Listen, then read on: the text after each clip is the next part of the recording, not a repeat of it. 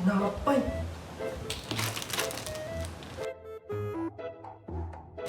Ate, sa inyo po ba ito? Tinapay po, baka nahulog po sa store nyo.